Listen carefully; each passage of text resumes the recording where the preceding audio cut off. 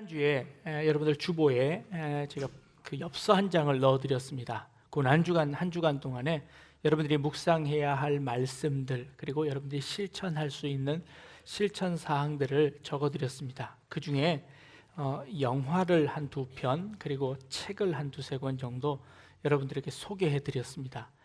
무조건 우리가 미디어를 금식하는 것이 아니라 좋은 것을 가려 먹자는 차원에서 그렇게 여러분들에게 추천을 드렸습니다. 혹시 그 중에 한 권이라도, 혹시 한 편이라도 영화를 보신 분이 계실까요? 네, 알겠습니다. 네, 여러분 계셨는데 여러분 못 보셨죠? 네. 그 중에 영화를 제가 하나 소개해드렸는데요. 더 바디라는 영화입니다. 이 영화 이야기를 오늘 조금 시작을 하려고 합니다. 이 영화의 시작은요, 예루살렘 근처에서 공사를 시작했는데, 그 공사를 시작하다 말고 중간에 커다란 무덤 하나를 발견합니다. 이게 유적지니까 정부에 연락을 해서 그 유적지가 어떤 것인지를 이제 조사를 하게끔 하는 것이지요. 근데 그 밑에 아주 큰 무덤이 하나 있더랍니다. 그래서 이 무덤을 자세히 조사하기 전까지 공사를 멈추게 되고 고고학자들이 동원되어서 그 무덤을 살펴보는 겁니다.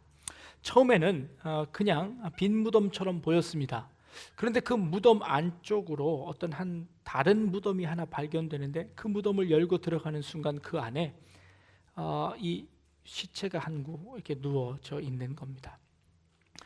다 썩고 뼈만 남아 있었습니다. 그런데 그 무덤을 들어가는 그 입구에 옛날 동전이 하나 있는데, 그 동전에 보니까 빌라도의 그 형상이 그려져 있는 겁니다.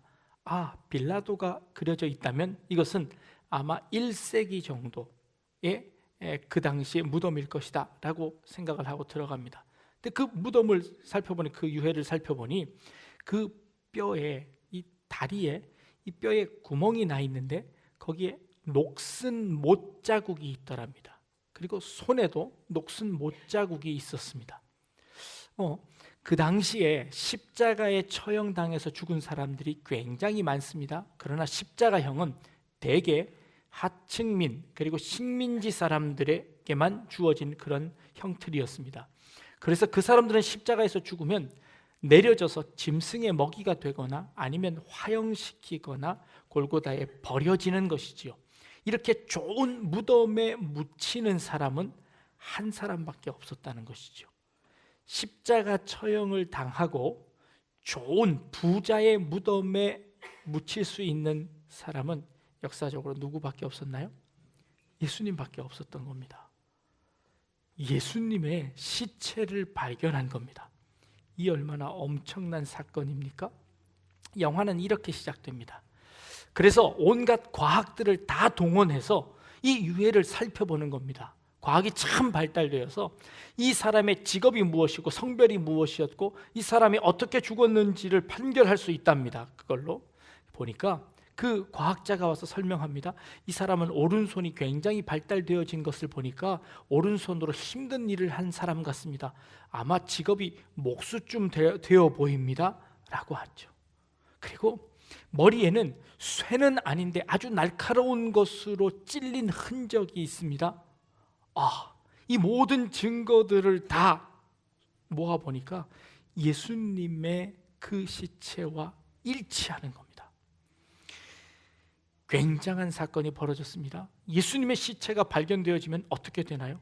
지금 우리가 즐기고 있는, 보내고 있는 이 부활절이라는 것이 없어지는 것이죠. 비상이 걸렸습니다. 로마 카톨릭에서 조사단을 파견을 합니다. 그리고 그 조사단에게 이렇게 넌지시 이야기합니다.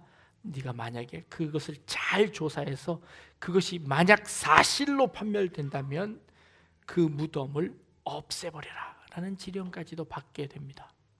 그래서 그 무덤을 조사하는데요, 조사를 하면 할수록 그 연도수가 그 예수님 당시와 일치하며 모든 증거들이 예수님의 시신으로 자꾸 몰려가는 겁니다. 그 일을 조사했던 아주 유명한 고고학자이며 신부였던 그 사람은 증거들이 하나하나 생겨질 때마다 두려운 마음으로 자기의 신앙이 무너지는 것처럼 느끼다가 결국에 높은 빌딩에서 떨어져서 자살을 합니다. 그 일을 조사하던 그 신부는 그 고고학자의 자살을 보며 자기도 더 심증적으로 자신의 믿음이 흔들리기 시작하는 겁니다.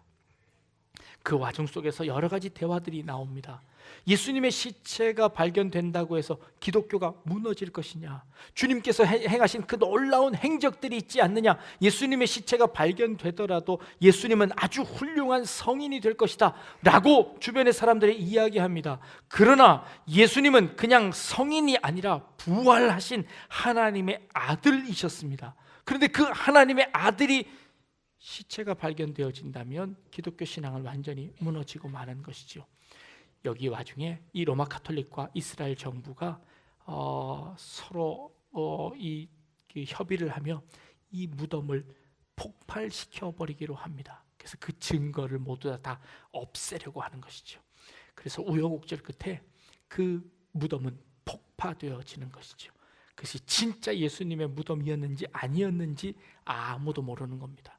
그런데 그 영화가 그 폭파가 되어지는 그 순간에 그 한 화면이 클로즈업 되면서 나타나는데요, 그 문구가 이렇게 되어집니다. 그 무덤의 그 돌판 밑에다가 글씨가 쓰여졌는데 그 글씨가 폭파되면서 드러나는 겁니다. 그 밑에 글씨는 이렇게 쓰여져 있습니다. 하나님, 당신께서 당신의 아들 예수를 살리신 것처럼 내 아들 데이빗도 살려주시기를 원합니다 라는 구절이 쓰여져 있었습니다. 그것은 예수의 무덤이 아니라 예수님을 섬기고 예수님을 좋아했던 한 아버지가 자신의 아들을 위해서 예수님과 똑같은 모습으로 이 자기의 아들을 장사 지낸 것이었습니다. 이런 행동들이 이 로마 가톨릭에서 도전이 되어졌고 그것을 감추고 덮으려는 시도로 그 무덤을 폭파하게 되었다라는 것을 보여주는 그런 영화입니다. 여러분 시간 되실 때 한번 보시기를 바랍니다. 기독교의 자랑은 무엇입니까? 기독교의 자랑은 빈 무덤입니다. 세상의 많은 종교의 창시자들은 커다란 무덤들을 가지고 있습니다. 이집트의 왕들은 자기의 평생 자기가 묻힐 그 무덤 피라밋을 짓습니다. 그리고 그 피라밋 속에 자기가 들어갑니다. 그리고는 그 피라밋 속에서 영원토록 살게 되는 그런 신이 되어진다라고 믿었습니다. 공자의 그 동네에도 공자를 비롯한 여러 가족들의 거대한 무덤들이 있습니다. 마호메트의 무덤들도 있어서 메카에 있어서 그곳을 늘 성지라고 하고 그 사람들이 평생에 한번 그곳을 방문하는 것을 큰 영광으로 알고 의무로 알고 그렇게 행하고 있습니다. 그러나 예수님의 무덤은 빈 무덤입니다. 아무것도 발견되어지지 않는, 아무것도 없는 그런 빈 무덤이지요. 그것을 우리 기독교는 자랑으로 여기는 겁니다. 1993년도 11월 달에 불교계에 성철 스님께서 입적하셨습니다. 성철 스님이 돌아가신 후에 그 성철 스님을 다비식을 합니다. 이게 화장인데 불교에서 이걸 다비식이라고 이야기합니다. 현대 화장 기술은 이 기술이 발달되어서 이 온도가 너무 높아서 이 사람 몸을 완전히 다 태우기에 이 야외에서 하는 그 다비식은 온도가 적정해서 여러 가지 이 유골들을 남깁니다. 그 중에서 특별히 불교계에서 귀히 여기는 것이 무엇입니까? 사리라는 것이었습니다. 이 성철 스님의 사리가 약 200여 개나 발견되었습니다. 석가모니 이후에 가장 많이 발견되어진 사리라고 해서 그분에 대한 칭송들이 높아졌습니다. 그런데 이 불교의 다비식이라는 것은 원래 왜 생겼냐 하면 불교는 윤회설을 믿습니다. 그래서 이 땅에 살다가 저 세상으로 가고 저 세상에서 다시 태어나고 이렇게 윤회한다고 합니다. 그래서 이 땅에 살아가고 있는 나의 모든 흔적을 지우기 위한 행사로 다비식을 하는 겁니다.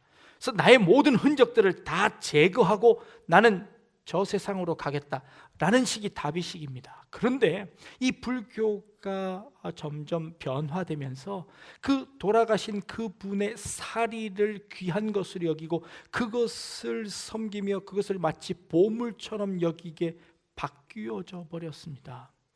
이제 그래서 스님들이 함부로 돌아가시지도 못하게 생겼습니다. 어떤 분들은 돌아가시면서 유언합니다.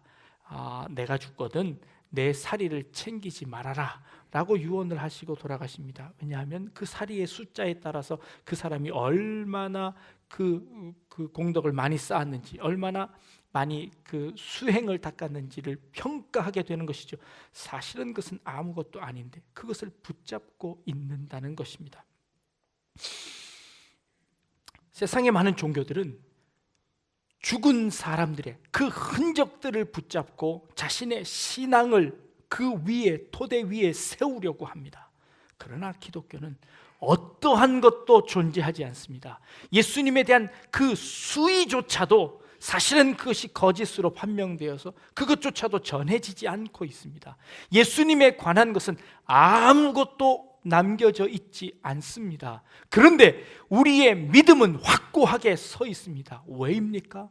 예수님께서는 그 죽음에서 부활하셔서 살아나셨고, 그 살아나신 주님께서는 지금도 우리와 함께 교제하고 지금도 우리와 함께 만남을 갖고 있기 때문에 우리에게는 어떠한 흔적도 우리에게 필요하지 않기 때문입니다.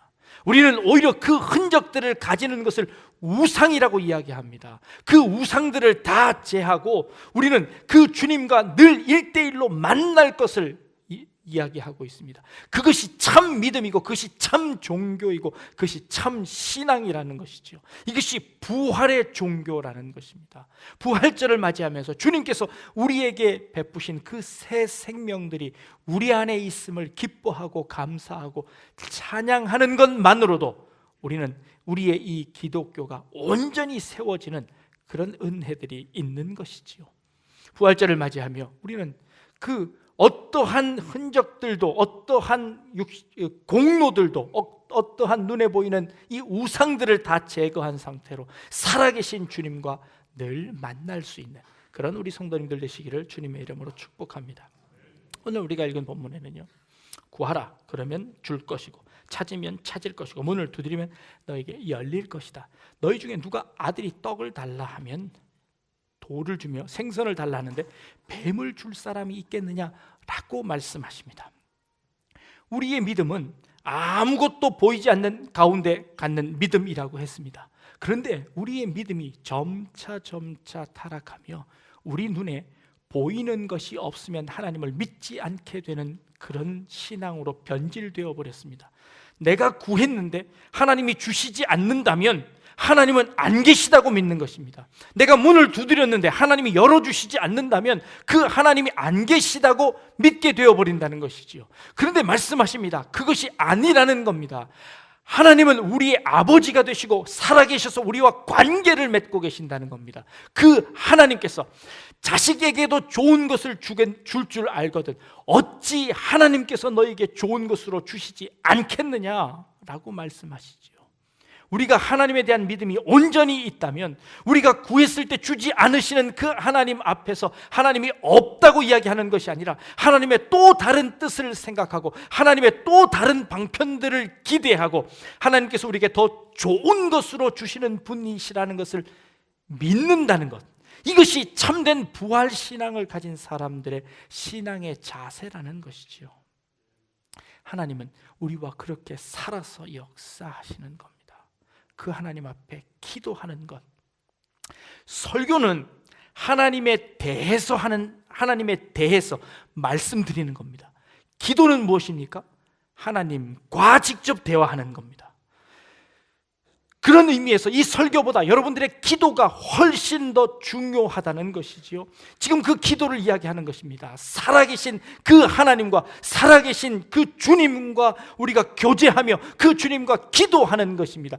그것 자체가 더 중요한 것이지 그것으로 파생되어지는 그 결과들을 붙잡고 마치 그것을 우상처럼 붙잡으며 살아가는 것은 잘못된 것이다 라고 말씀하고 계십니다. 그래서 12절 말씀에 그러므로 무엇이든지 남에게 대접을 받고자 하는 대로 너희도 남을 대접하라. 이것이 율법이요 선지자니라 라고 말씀하십니다. 이 말씀이 생뚱맞습니다. 이게 도대체 무슨 말씀일까요? 그러므로라고 연결되어져 있는데 이 그러므로 대접받고 싶은 대로 너희도 남을 대접하랍니다. 누구 남을 대접하라는 걸까요? 네, 바로 앞에 있는 말씀인 하나님을 하나님으로 대접하라는 것입니다. 하나님을 정말 살아계신 하나님으로 너희가 대접한다면, 너희가 예수님의 부활을 진정으로 믿는다면, 그 부활하신 예수님이 지금 살아서 여러분들 곁에 계신다면, 여러분들은 지금 되어지는 그 어려움들 가운데 실망할 이유가 없고 좌절할 이유가 없고 하나님을 원망할 이유가 없어진다는 것이지요. 진정한 부활하신 예수님이 직접 내 곁에 계셔서 내 음성을 듣고 계시고 내 기도를 들으시고 내 형편을 아신다면, 우리의 신앙은 그 부활 신앙으로 거듭나져서 어떠한 어려움도 이겨낼 수 있는 그런 신앙을 갖게 되어진다는 것을 우리에게 말씀해 주고 계십니다. 여러분들이 구해도 이루어지지 않는 것, 하나님이 안 들으시는 것이 아니라 하나님께서 살아계셔서 지금 그 음성을 듣고 계시지만 우리에게 더 좋은 것을 주시기 위해서 준비하고 계시고 기다리고 계시고, 더 좋은 것을 주시기 위해서 우리를 인내하게 하시는 그 하나님의 그 섭리를 보는 것이죠. 빈 무덤이 있습니다. 아무것도 없습니다. 아무것도 보이지 않습니다. 그러나 그 빈 무덤이 우리에게 더 큰 은혜가 되는 것처럼, 지금 내 손에 아무것도 없고 지금 내 앞에 아무것도 이루어져 있지 않지만, 그러나 우리의 믿음으로 더 큰 것을 가지고 있다는 그 부활신앙이 여러분들 가운데 있기를 주님의 이름으로 축복합니다. 한 아이에게 부활주일을 맞으면서 선생님께서 상자를 하나씩 주며, 얘들아, 한 주간 동안 예수님의 부활을 묵상하며 예수님의 그 부활을 상징할 만한 그 기념품들을 이 안에 좀 담아다오 하고 아이들에게 숙제를 냈습니다. 저마다 아이들이 고민하며 그 숙제를 합니다. 나는 계란을 넣어야지. 계란이 죽은 것 같았지만 그러나 이것이 깨어나서 병아리가 생기는 것처럼 예수님께서 그 무덤문을 깨시고 부활하셨어 하고, 어떤 아이는 이 계란을 준비했습니다. 어떤 아이는 개나리를 한 가지를 꺾어서 담아왔습니다. 겨우내 죽었던 것 같았던 그 가지가 노랗게 꽃을 피며 다시 살아나는 것. 어떤 한 아이가, 조금 정신이 모자란 아이가 빈 상자를 그대로 들고 왔습니다. 너는 왜 아무것도 담아오지 못했느냐?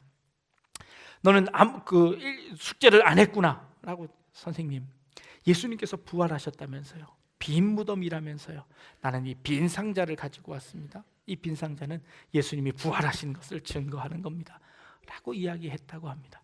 우리는 세상 사람들이 부활의 증거를 내어놓으라고 합니다. 부활하신 예수님을 어떻게 믿을 수 있느냐고 이야기합니다. 과학적으로 어떻게 그것이 증명할 수 있느냐고 이야기합니다. 우리는 그들에게 보여줄 아무것도 가지고 있지 않습니다. 우리는 빈 무덤을 그들에게 보일 뿐입니다.